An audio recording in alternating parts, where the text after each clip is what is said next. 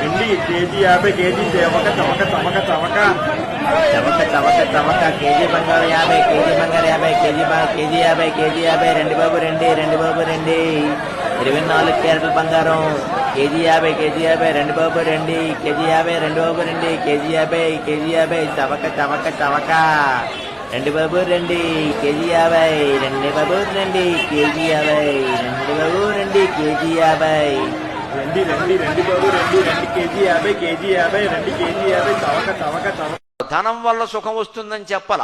విద్య వల్ల వినయం వస్తుంది, వినయం వల్ల పాత్రత వస్తుంది, పాత్రత వల్ల ధనం వస్తుంది. ధనం వల్ల సుఖం రాదు.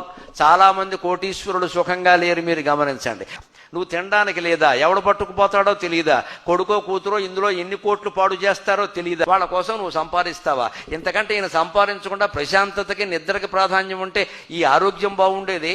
ఎందుకు ఉండలేదండి? సంతృప్తి లేని కారణంగా. అందుకని ధనం వల్ల సుఖం రాదు. మన సంస్కృతి ఏం చెబుతుందంటే ధన ధర్మ తతసుఖం.